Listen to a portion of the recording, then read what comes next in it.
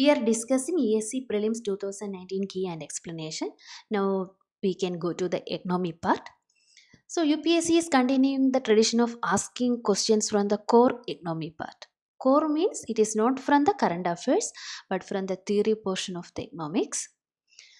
But this year there was pretty good number of questions. Some 6 to 8 questions were from the core economy, which can be answered only by the knowledge of the theory. So now let us go to the questions. First question, greenfield privatization or incremental privatization denotes encouragement to private sector in areas reserved for public enterprises. Cold privatization refers to measures taken to distance public enterprise from the government. So this question is about the economic reforms which happened in 1991, commonly known as LPG reforms. Greenfield privatization and cold privatization are methods of changing the nature of the public sector. And how we can bring in competition in the public sector? There are two ways. First is to bring in private players. So both public and private players are allowed to compete with each other so that the competition will bring in more efficiency. If you take example, you can take BSNL. Earlier only BSNL was there for as telecom service provider. Now many private players come into markets. That is the greenfield privatization because private sector is allowed to come and compete in areas hitherto reserved for the public sector. So earlier, so this greenfield means when a particular venture is starting afresh. So earlier it was not there. So when we are starting a construction from a barren land for a new airport, we will call like it is a greenfield airport. If you are modifying the existing airport, it cannot be called a greenfield. So greenfield means the first entry of the private sector into the areas reserved for the public sector. And next is cold privatization. It means that government is distancing from the daily operations of the public sector. So otherwise it is called as proxy privatization. It is not exactly privatization. Government is the still major shareholder in such industries, but these enterprises are given more autonomy for their operations. So you would have heard about Maharatnas, Mini Ratnas, the memorandum of understanding between government and these enterprises. So these enterprises have to achieve the goals mentioned in the MOU, and government won't involve in the day-to-day operations of the enterprises, so that they can act just like a private players. So they have that freedom to take business decisions, they have freedom to fix the prices.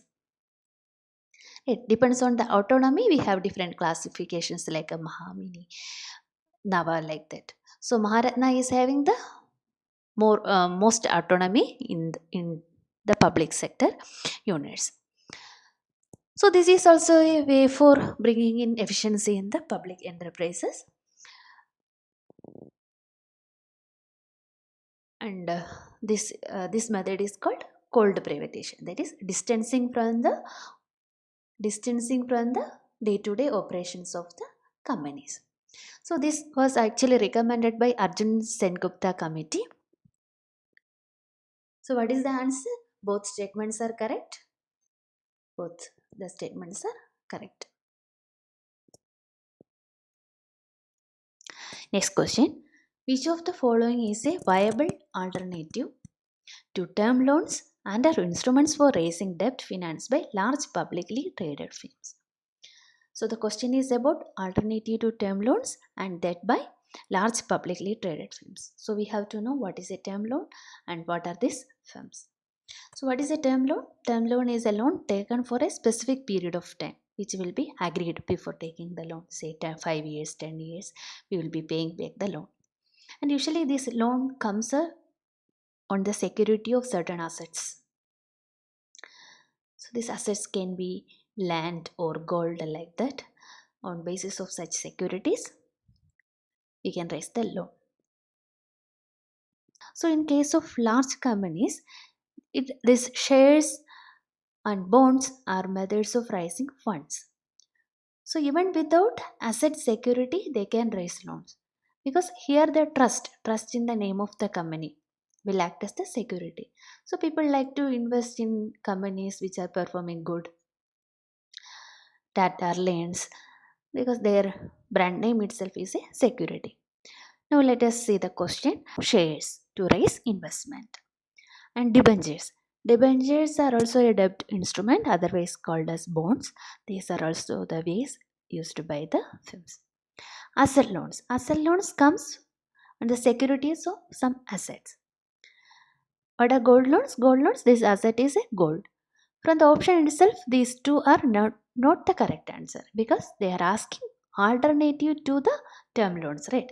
So these are the normal loans which are taken on the basis of some assets. So this could not be the answer. So we have to examine the two options, shares and debentures. What is the difference between those two?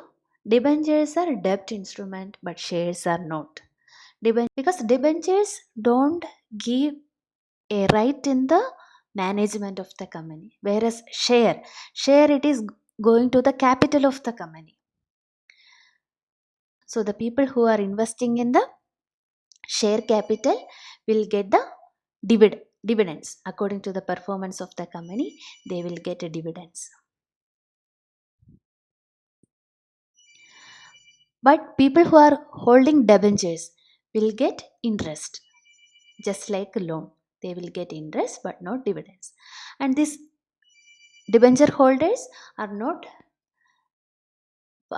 participating in the company general meeting, but the shareholders will participate in the company general meeting, and they have rights to vote on different matters in the company operations. So that is the difference between shares and debentures. So from this option it is clear that debenture is a debt instrument and share is not a debt instrument. Next question. Which one of the following is not a component of capital receipts? Market borrowings, including special bonds, external loans raised by central government from abroad, receipts from taxes on property and capital transactions, provident funds, state provident funds, and public provident fund. So the question is to find which is not a capital receipt.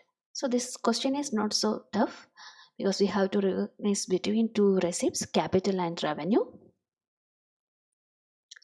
Revenue is that which is recurring. That is, it happens year on year, like taxes, salaries, which is not an on time receipt.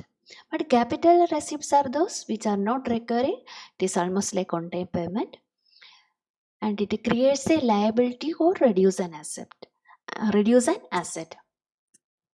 How we will get a capital? We have to either take a loan or we have to sell some asset. If you are taking a loan, it comes with a liability that we have to pay it back. Or if you are selling an asset, it will reduce an asset. It will give capital receipt.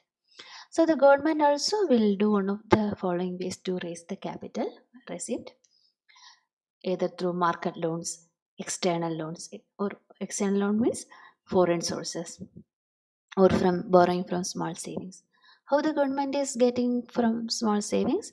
Because we public are depositing in funds like public provident fund, pension fund, etc., and this will go to a special fund called public fund, where we are keeping our monthly savings so that we can take when we are retiring. And government can borrow from this fund, and they will pay some interest and pay it back after some time. So this is also a way of financing the capital of government. What about taxes from revenue receipt? The taxes are recurring. It is revenue. So from wherever, whatever is the source of tax, it forms the revenue receipt, not the capital receipt. In this option, we have a receipt from taxes on property and a capital transaction. So even though the tax is coming from property, or even though the tax is coming from the capital transaction, it is revenue, not a capital. We should not confuse here, because the government is earning from this transaction.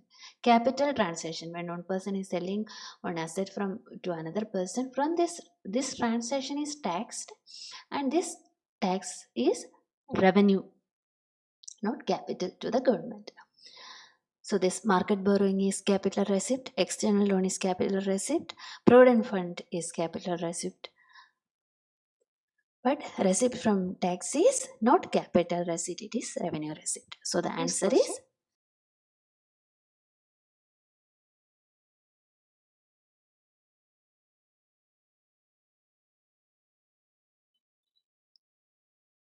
next question. The cheapest method of marketing of securities with the only cost incurred being on sending letters of right to existing holders is. So we are back again to the securities market. So we can answer this question only if we know what is a security market and how it is working. Security market is otherwise called as capital market, where the companies are funding investments, raising debts, etc. And the security market is of two types, primary market and secondary market. Primary market is where first time the company is coming to raise the fund. So this can be done in different ways, like public issue, rights issue, private placement, etc. This question is about this, how the marketing of security is done with in the cheapest way, only cost being on sending letter of price. So we have to know what are the methods of raising funds. And this primary market is also known as new issue market. It can be through public issue, where the securities are sold to the general public. There will be advertisement,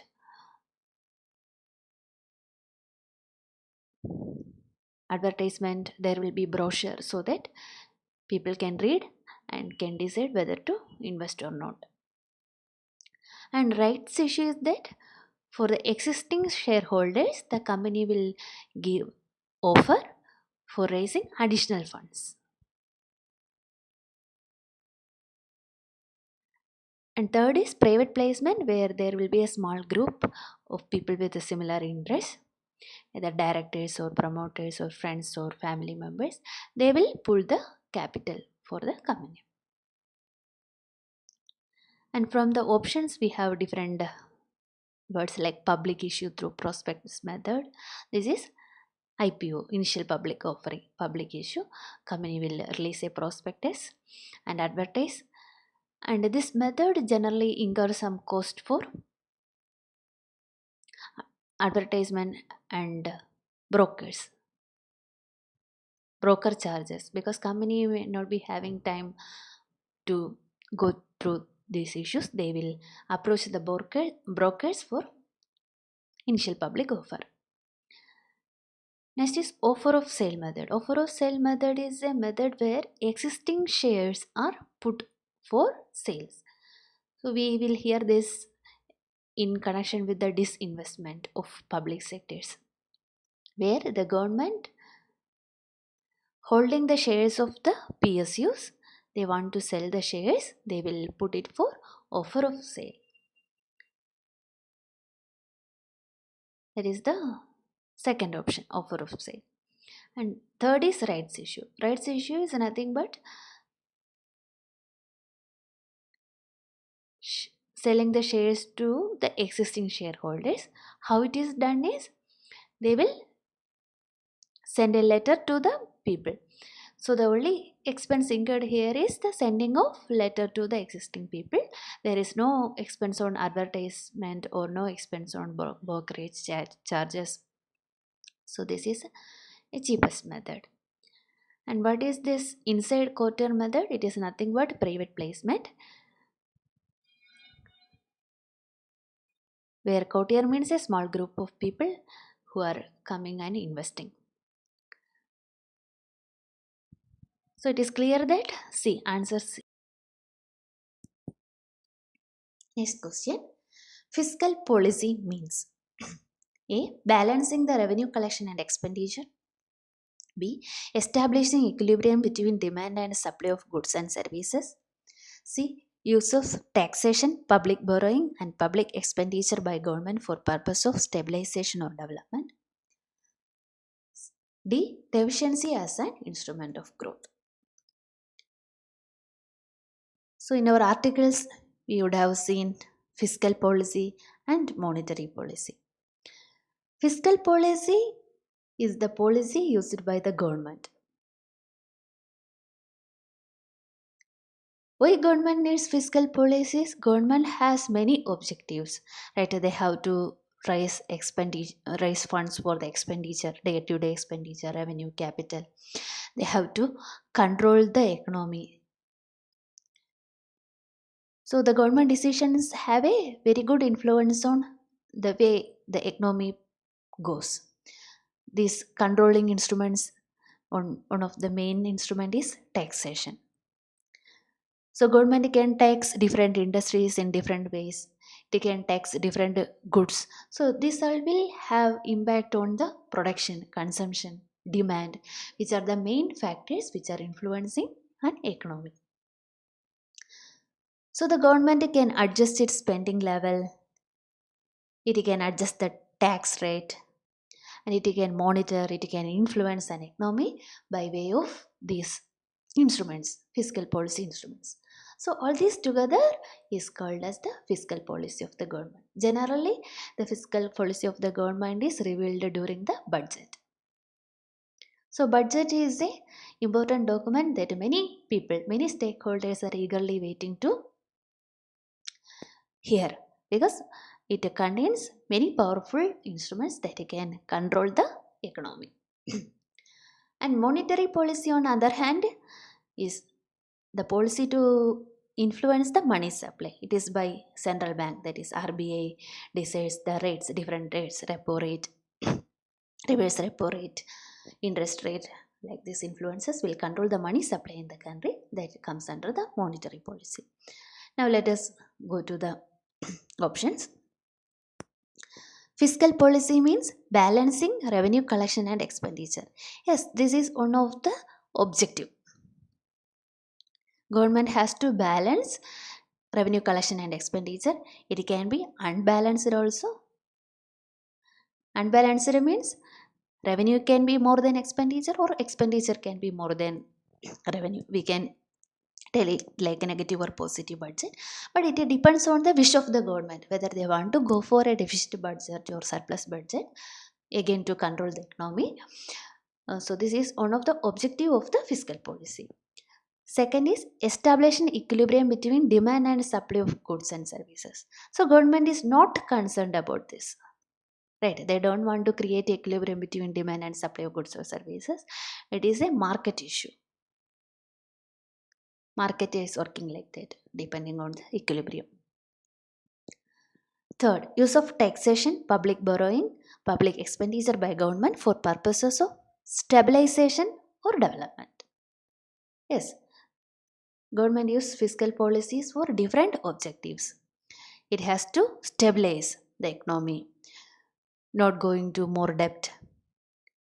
It has to ensure development. For ensuring development, government will have different types of taxations, different types of public services.